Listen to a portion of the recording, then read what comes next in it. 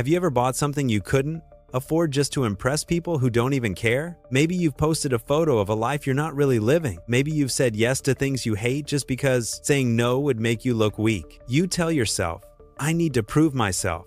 I need them to see I'm successful. But what if I told you that the desperate need to impress others is the very thing keeping you mediocre? What if one young man's story could prove that greatness begins the moment you stop performing for an audience that doesn't matter? This is the story of a boy who had everything to prove until he realized he had nothing to prove at all. Stay with me until the end, because this might be the reality check that saves your life. In a mid-sized city where everyone knew everyone's business, there lived a 4-year-old named Marcus. Marcus worked as a junior sales associate at an electronics store. His salary was $2,100 per month. Not terrible, but not great either. Here's what people saw when they looked at Marcus. A confident young man with the latest iPhone, designer sneakers that cost half his paycheck, a car with expensive rims that roared louder than it ran. Marcus always picked up the tab at restaurants, even when his friends ordered the most expensive item. He posted photos at clubs he could barely afford to enter, wearing clothes he'd bought on credit cards that were already maxed out. People would say, Marcus is doing well. Look at how he lives.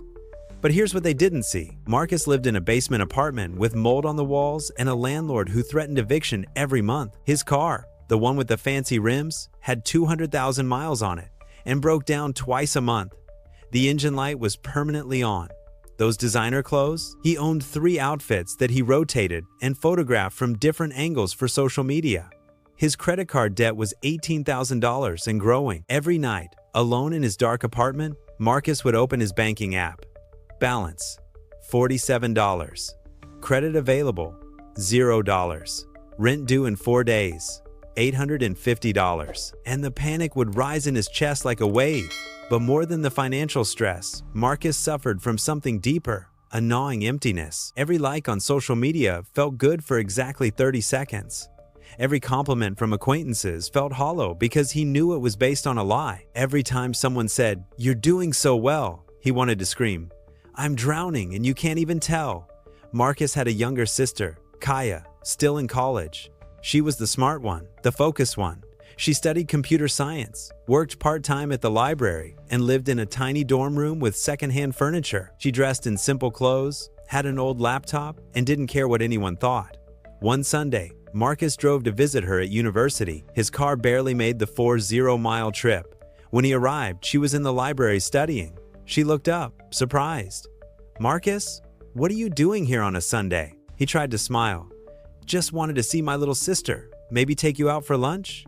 They went to a small campus cafe. Kaya ordered a sandwich and water. Marcus ordered an expensive steak, meal, and wine. Even though the cafe was clearly just a casual spot, Kaya watched him, concerned.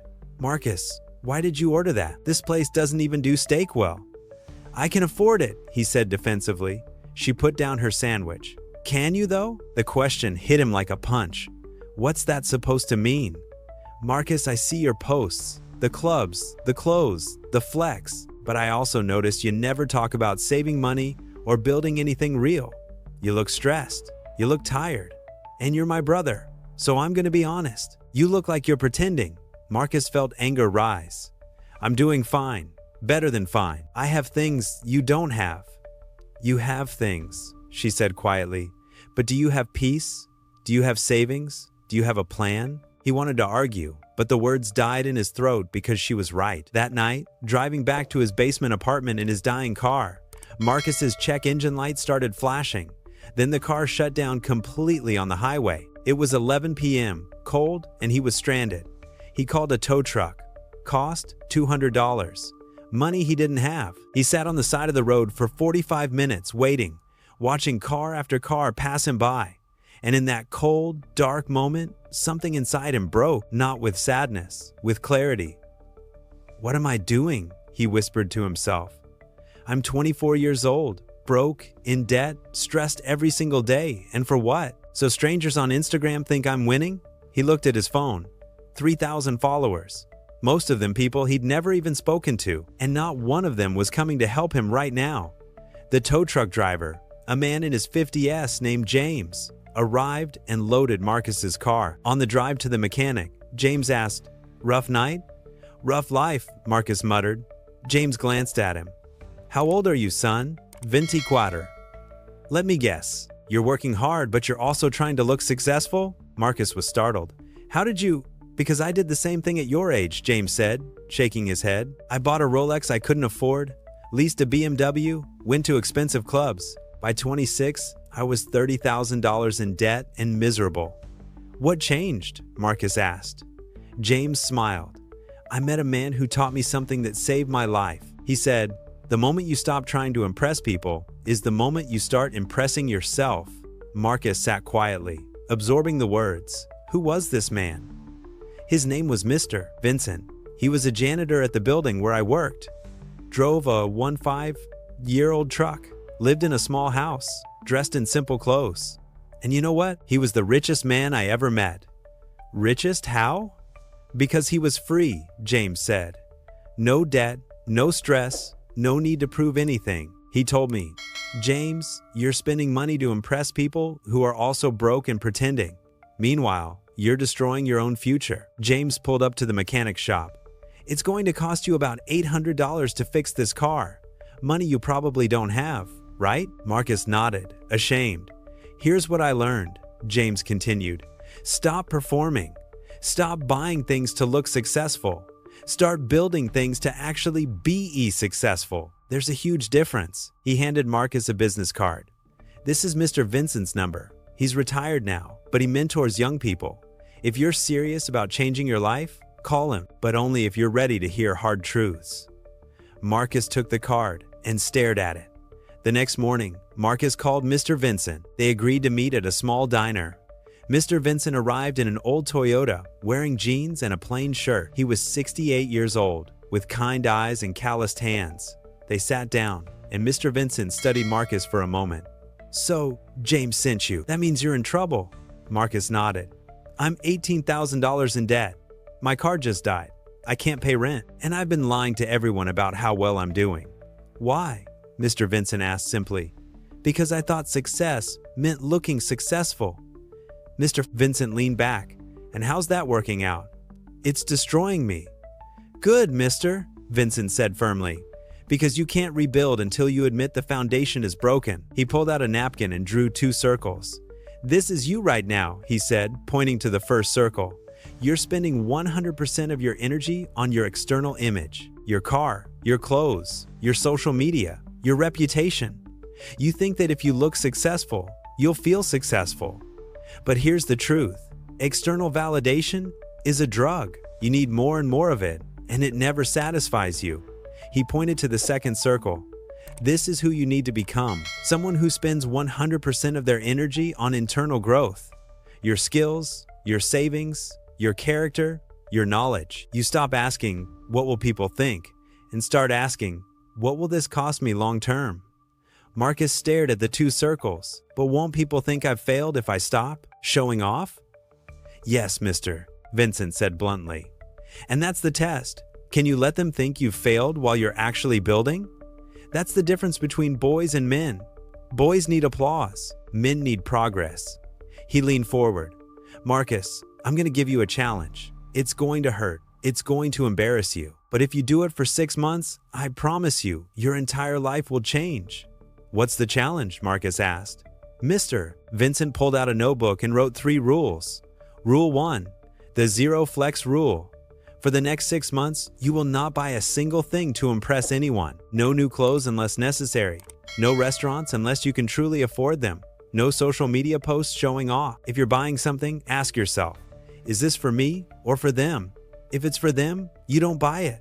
Rule 2, the debt-death march. Every single dollar you make beyond survival expenses goes to your debt. You will work extra shifts, sell things you don't need, and live like you're broke because you are. Your only goal, 0 debt in 6 months.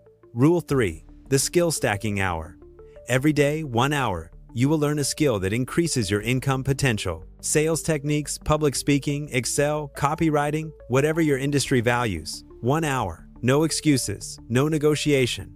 Mr. Vincent looked at Marcus seriously. Here's what's going to happen. Your friends will think you're broke. Your social media followers will disappear. People will talk behind your back. And you will feel invisible. But while they're watching and judging, you'll be building. And in 6 months, you won't need their validation anymore because you'll have something real. Marcus felt fear and excitement mixing. What if I can't do it? Then you'll stay exactly where you are, mister, Vincent said without emotion. Broke, stressed, and fake. Your choice. Marcus took a deep breath. I'll do it. All 3 rules. 6 months. Good, mister, Vincent said. Now let's start today.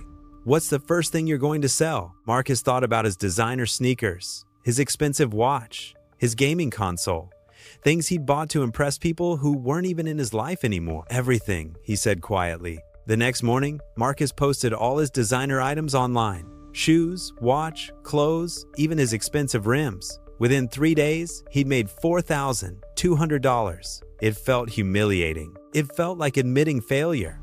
But it also felt like breathing for the first time in years. He paid off $4,000 of his credit card debt. His friends noticed. Bro, why are you selling your stuff? You good? Marcus wanted to lie, to make an excuse, but he remembered Mr. Vincent's words. I'm in debt, he said honestly. I've been faking it. I'm starting over. The silence was awkward. Some friends ghosted him, some mocked him, but a few, a surprising few, respected him.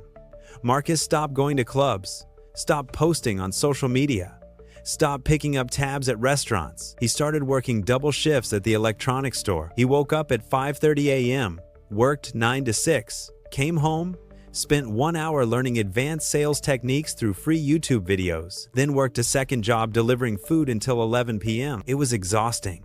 It was lonely. People who used to call him stopped calling. His Instagram engagement dropped to almost nothing. But something strange started happening. By week 3, Marcus realized he wasn't checking his phone compulsively anymore. He wasn't anxious about what people thought. He was too busy working, learning, and tracking his debt reduction. By month 2, he'd paid off $9,000 of his debt. His confidence grew, not from external applause, but from internal progress. His sales skills improved dramatically. He started closing deals he would have lost before because he'd studied negotiation techniques during his one skill-building hour every day. His manager noticed. Marcus, you've been on fire lately. What changed? I stopped trying to look good and started trying to be good, Marcus said. By month 4, Marcus was completely debt-free. $18,000 gone. He cried the night he made the last payment. Not because it was sad, but because he'd never felt so free. His car was still old, his apartment still cheap, his clothes still simple, but his bank account had $3,200 in savings. The first real savings he'd ever had. In month 5, his manager called him into the office. Marcus, we're promoting you to senior sales associate. You'll manage a small team and your salary increases to $3,400 per month. You've earned it. Marcus stood there, shocked. 6 months ago, he was broke, desperate, and performing for strangers. Now he was promoted, debt-free, and building real wealth. On the last day of the 6-month challenge, Marcus met Mr. Vincent at the same diner. Mr. Vincent looked at him and smiled. You look different, calmer. I feel different, Marcus said. I'm not rich yet, but I'm free. I don't owe anyone money. I don't owe anyone an image. For the first time in my life, I'm just me. Mr. Vincent nodded with pride. Now you understand. Real success is invisible. It's in your bank account, not your Instagram. It's in your peace of mind, not your reputation. The world celebrates flash, but wealth is built in silence. Marcus leaned forward. Why did you help me? Because someone helped me once, Mr. Vincent said. And because I see too many young people destroying their lives trying to impress people who don't even respect them. You were brave enough to stop. That's rare. What do I do now? Marcus asked. Now? Mr. Vincent smiled. You keep going. You save. You invest. You build. And when you're truly successful, you stay humble. Because the moment you start showing off again, you've lost. Marcus promised himself he would never forget this lesson. 2 years later, Marcus was the top sales manager at his company, earning $72,000 per year. He'd saved $35,000. He still drove a modest car, lived in a simple apartment, and wore normal clothes. His Instagram had 300 followers, mostly family and close friends, and he didn't care. People who knew him before would sometimes ask, "Whatever happened to Marcus? He used to be doing so well." Those who knew the real story would smile and say, "He's doing better than ever. You just can't see it."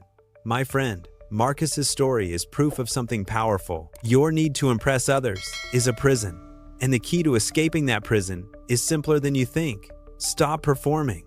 Here's what most people don't understand. Every dollar you spend to look successful is a dollar you're stealing from your actual success. Every hour you waste curating a fake life online is an hour you're not building a real life offline. The people you're trying to impress, half of them are broke too. They're faking it just like you were. The other half don't care about you at all. So why are you sacrificing your future for their temporary attention? Successful people, real successful people, are invisible. They drive normal cars. They wear normal clothes. They don't post their bank accounts. Why? Because they don't need your validation. Their validation comes from their balance sheet, their peace of mind, their freedom. So here's your challenge. The same challenge Mr. Vincent gave Marcus. Step 1. The 3-0 Day 0 Flex Challenge. For the next 30 days, you will not buy a single thing to impress anyone. Not one. No eating out to show off.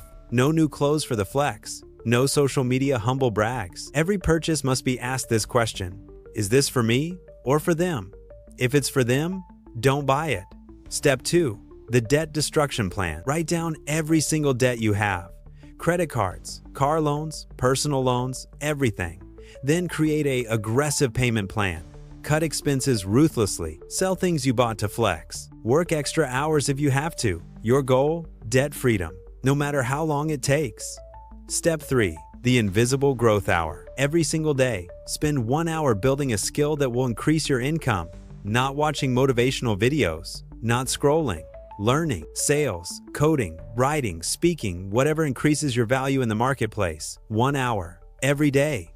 No negotiation. I promise you this. If you do these 3 things for 6 months, you will become a different person. You won't be richer on Instagram. You'll be richer in reality. You won't have more followers. You'll have more freedom. You won't look successful. You'll be successful. And that, my friend, is worth more than 1 million likes. Marcus had nothing but ego and debt. Then he made a choice. He chose progress over applause. He chose freedom over followers. He chose to build in silence rather than perform in public. You can make the same choice right now. Today, the question is, are you brave enough to let people think you failed while you're actually winning? If you're ready to escape mediocrity and stop performing for an audience that doesn't matter, hit that like button right now as your commitment. Then drop a comment telling me, what's the first thing you're going to stop buying to impress others? Let's hold each other accountable. I'll be reading every comment. Share this video with a friend who's faking it on social media but struggling in reality. Maybe this is the message they need to hear. And subscribe to this channel because every week I bring you stories of people who chose the hard path to real success over the easy path to fake success. Remember Marcus's lesson. Real success is invisible. It's in your bank account, not your Instagram. It's in your peace of mind, not your reputation. Stop trying to show off. Start trying to build. Will you have the courage to disappear from the spotlight so you can build in the shadows? Your future self, the one who's actually free, is waiting for you to make that choice. Don't make them wait another day.